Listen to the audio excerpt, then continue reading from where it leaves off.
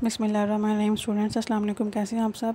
आज हमारा टॉपिक है ग्लोब एंड मैप पार्ट 1 और इसमें हम ये जो आज का लेक्चर है वो है 8 एंड 9। आज के लेक्चर में हम क्वेश्चन पढ़ेंगे गोइंग फर्दर का, और जो कि है on the map of world और अ ग्लोब, दुनिया के नक्शे यहाँ पे ग्लोब को देखते हुए select a line of latitude, एक लाइन ऑफ लैटिट्यूड को सिलेक्ट करना है that goes through an area of land mass, और जो कि एक ऐसी लाइन ऑफ लैटिट्यूड को सिलेक्ट करना है जो कि ज़मीन के रिहाइश का या जहाँ पे लोग रहते हैं उस जगह से गुजरती हो, इनके सिटीज़ या टाउन में से गुजरती हो, उस लाइन ऑफ लैटिट्यूड को सिलेक्ट करना है।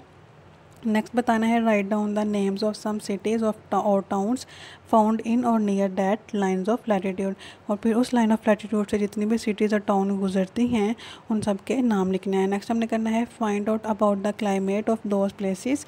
नेक्स्ट ये बताना है कि जो लाइंस ऑफ लैटिट्यूड जो हमने सेलेक्ट की है उसमें से जितनी भी सिटीज़ गुजरती हैं उन सिटीज़ की क्लाइमेट बताने है कि उनकी क्लाइमेट कैसी है। नेक्स्ट है and comment on any difference similarities and difference, और उनमें उन सिटीज़ में जितनी भी सिमिलैरिटीज़ हैं और डिफरेंसेस हैं उन सब के बारे में भी बताना है। तो लेट्स स्टार्ट, हम इस क्वेश्चन को स्टार्ट करते हैं। इसके अलावा जो क्वेश्चन है इसे हम एक टेबल के फॉर्म में बनाएंगे ताकि इसको बनाने में भी आसानी हो और इसको अंडरस्टैंड करने में भी आसानी हो सके।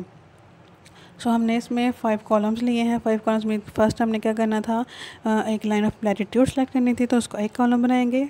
सो हमने लैटिट्यूड्स के नाम से एक कॉलम बनाया जिसमें जितने भी लाइंस ऑफ लैटिट्यूड्स जो थे वो जो सी लैटिट्यूड था वो हमने इसमें इस कॉलम में ऐड कर दिया। तो ये 29 नॉट्स लेकर 34 नॉट्स तक हैं। नेक्स्ट हमने करना था कि उस लाइन ऑफ लैटिट्यूड हमने सेलेक्ट किया उसमें से जितनी भी सिटीज़ गुजरती हैं उन सब के नाम लिखने हैं। सो सिटीज़ के नाम से हम एक कॉलम बनाएंगे। नेक्स्ट अब बताना था कि जितनी भी सिटीज़ लाइन ऑफ लैटिट्यूड से सिलेक्टेड लाइन ऑफ लैटिट्यूड से गुजरती हैं उन सब की क्लाइमेट कैसी है, तो एक क्लाइमेट के नाम से कॉलम बनाएंगे। नेक्स्ट डिफरेंस बताना था और सिमिलैरिटीज़ बतानी थी, तो 2 कॉलम्स डिफरेंसेस और सिमिलैरिटीज़ के नाम से ऐड करेंगे।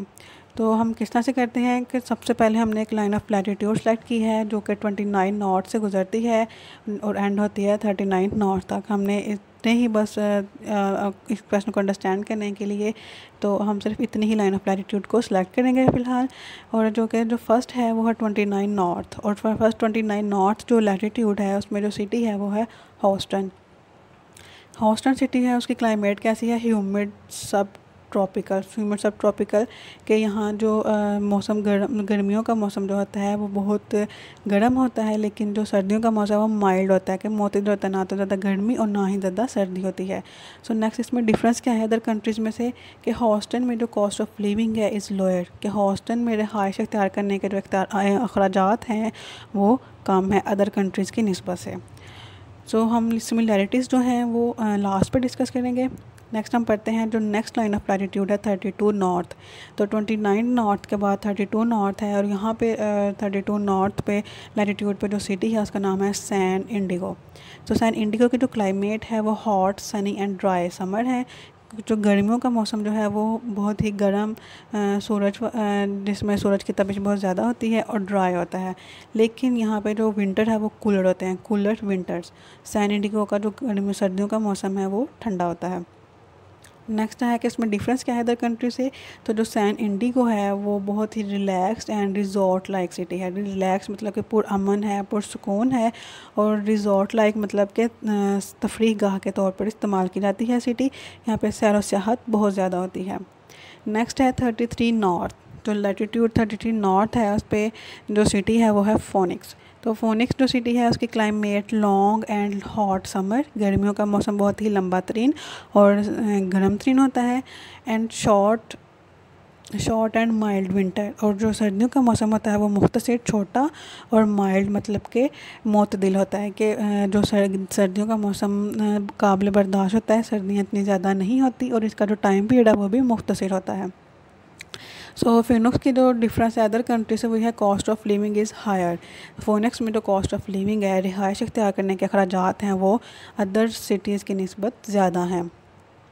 नेक्स्ट लैटिट्यूड है 34 नॉर्थ। तो 34 नॉर्थ पे जो सिटी है वो है लॉस एंजलस। तो लॉस एंजलस का जो क्लाइमेट है वो ड्राई समर है एंड रेनी विंटर, कि गर्मियों का मौसम खुश्क तरीन, और सर्दियों में जो सर्दियों का मौसम है सर्दियों के मौसम में बहुत ज़्यादा बारिशें होती हैं। सो लॉस एंजलस में जो डिफरेंस है अदर कंट्री से वही है huge sprawling cities, Los Angeles जो सिटी है वो उसने अपने आप को बहुत ही वसी तर पैमाने पर ख़ुद को फैलाया हुआ है। स्प्रॉलिंग का मतलब होता है फैलाना। तो इसकी जो हदूदें हैं या उसकी जो हदूद है, बाउंड्रीज़ हैं, वो बहुत दूर तक फैली हुई है। बहुत ही बड़ी कंट्री कंसिडर किया जाता है।